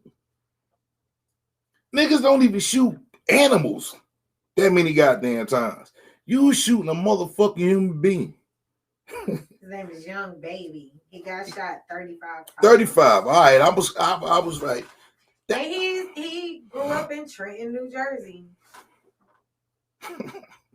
I didn't even know that shit. See? He lost 8 friends by the time he was 18. Hold up, though. Did he get shot in Trenton 35 times? Hold on, I'm reading. Hold on. He was at a gas station. What if it was the one I worked at? Where 2 gunmen entered and started firing shots. Oh, nah, you ain't in that. He was in a coma for 2 weeks. Damn. That's all it say. It probably happened in It Trenton. say watch Vlad TV to get the rest of it. Right. But I didn't know the nigga was from Trenton, y'all. And look. People from Trenton know what the fuck Trenton is. Shout out to Google for helping me get this information so quickly. I appreciate People it. from Trenton know how Trenton Gladiator is. And man, It was Gladiator School when I was there. I don't know what this shit is. The wild, wild motherfucking West now. Not the Wild Wild West. Come on now, we covered the 16-year-old and what was it, 8-year-old boy get shot on the second floor at a party. Come on, man. Yeah. Come on, man. Yeah, that shit's crazy. Come on, man. That shit's crazy too. So some other things that happened was Vincent Johnson was found dead in the Homewood Suites in Florida. Rest in peace to him. But damn, Jackson. You said Johnson. It's Vincent Jackson. Is it Jackson? Yeah. When you said Johnson, you threw me off. I'm like, somebody else got shot in Florida? Vincent Jackson, I'm sorry. The wide receiver, ex-wide bad. receiver for the Tampa Bay Buccaneers. Yes, but Homewood Suites is raggedy as hell. They say he made a fortune. They don't know why he was staying at that hotel. He was tricking. And and that he had went missing. He was reported missing by his family. And it doesn't say exactly how yet.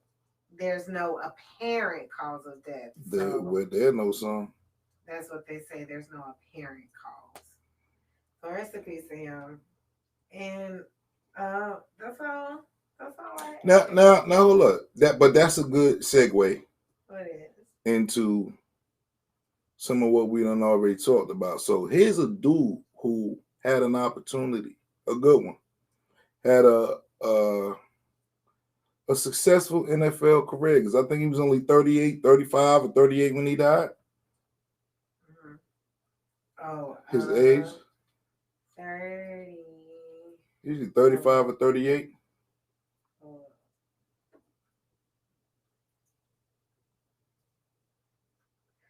I don't see it. Anyway, I 38. think okay, he was 38 years old, which means he probably wasn't even out the NFL that long ago. And we talking about a good player who made some money, right? Mm-hmm.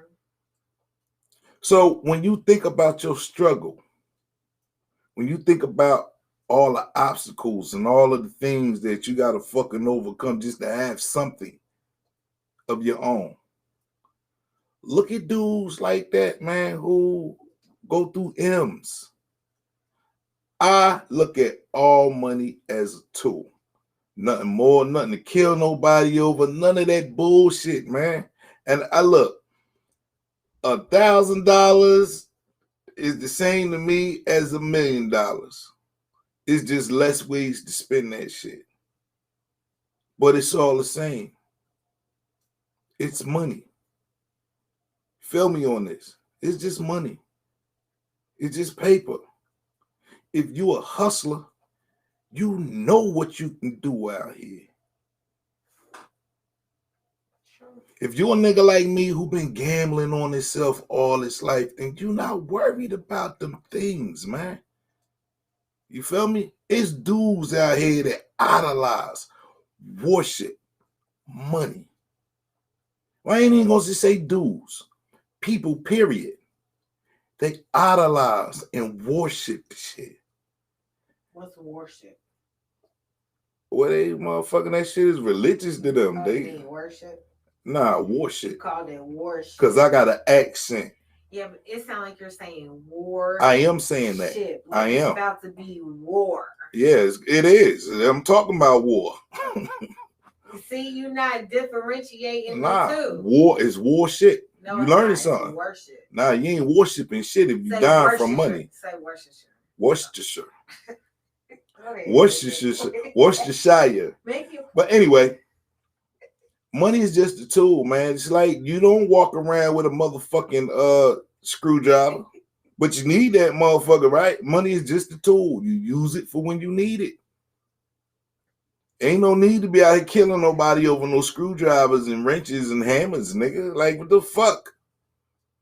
It's just a tool. Motherfuckers out here selling their ass and selling their soul over paper, man. Come on, y'all. That's not what money is supposed to be for. It's a tool. Simple math, y'all. Simple math. Niggas is dying out here over monkey wrenches and shit. Like, come on, Every man. day, man. Come on, man. Every day. I mean, if you need another example, that $8 dude is like the one. Yeah, but look, man. I thrive on the hustle. I get off on the hustle. The whole process. I get off on that shit. Right. You know what I mean? Not even really knowing what the outcome is going to be, but I know it's hustlers out there that's like that. They thrive on the hustle, the whole process. Right. You know what I mean? I could be helping somebody else get to the bag, but I'm in it. I'm in it. You feel me? Yeah, I feel you. Yeah, like nigga, I thrive off the hustle.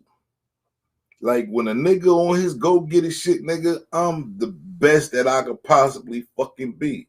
This is why you must maximize your full potential without the procrastination. Wow. Now, crazy. I have not spoken on the procrastination, and I want to end it with that.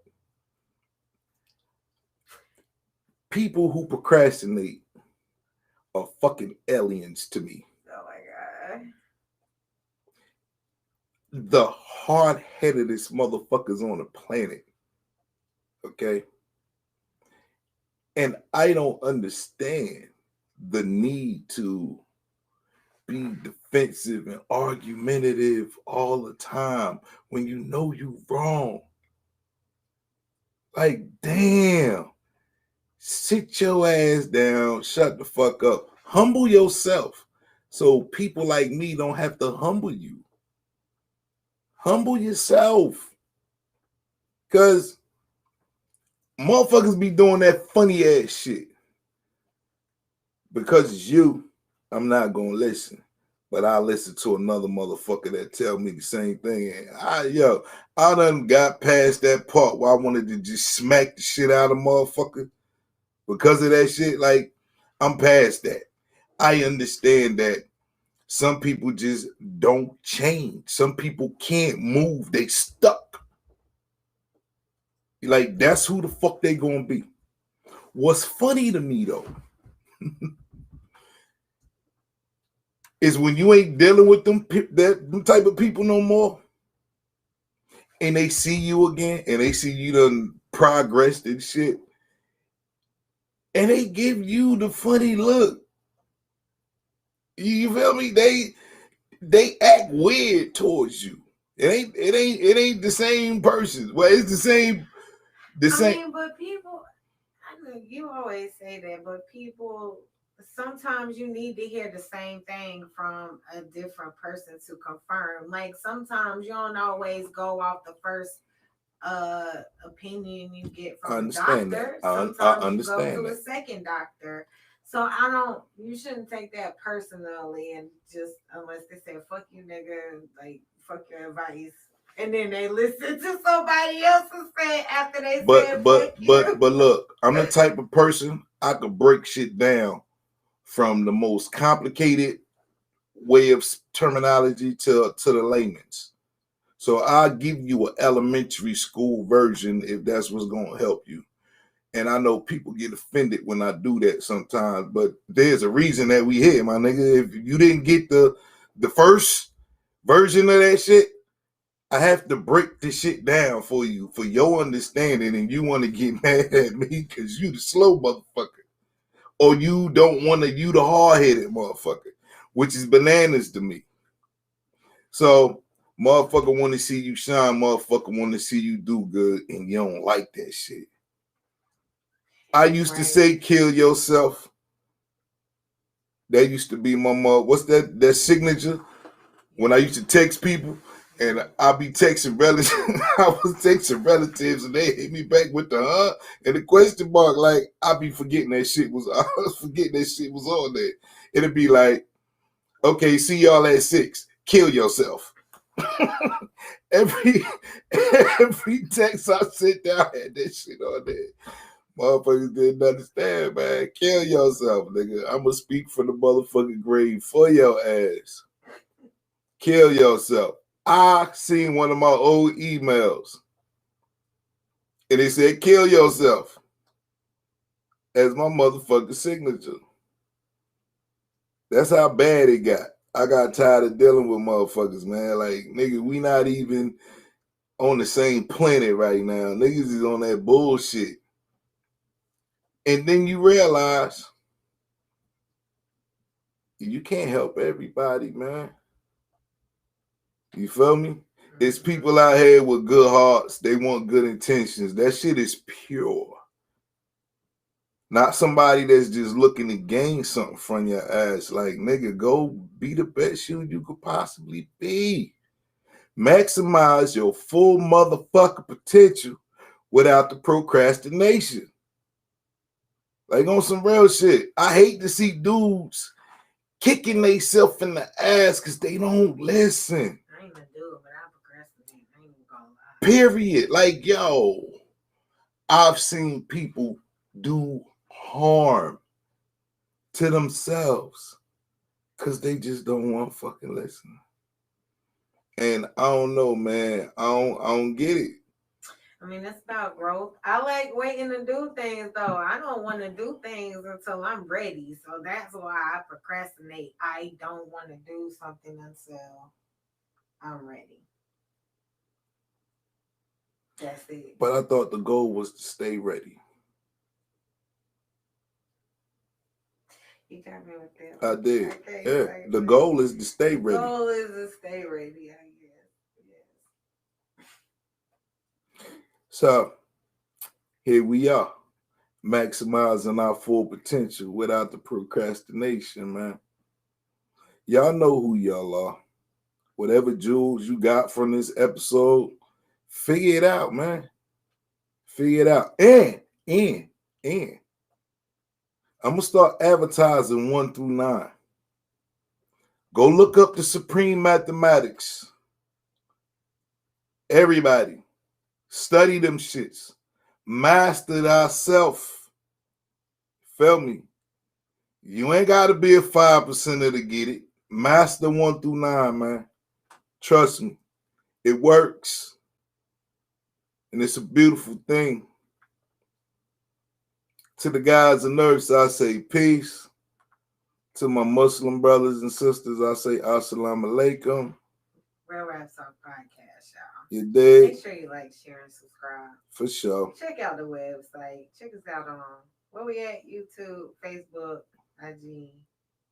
What's the thing to begin with it? Twitter. Twitter. I don't even be on there like that. TikTok, we don't even be on there like that. Like, on there though. We on there though. I'm recruiting some young boys to do that shit, man. That's not me. I ain't got time to be doing all of that. We need it. You need a tech team to man all of this. All that shit coming, man. I keep telling y'all, then when y'all look back, y'all be like, that nigga ain't wasn't playing, nigga. Y'all don't even understand how I'm not playing. Everybody, I'm going to have everybody attention when I'm done. I'm that thorough. I'm that thorough. Trust me, it's coming, man. It's coming. I try not to get excited on this platform because we halfway there.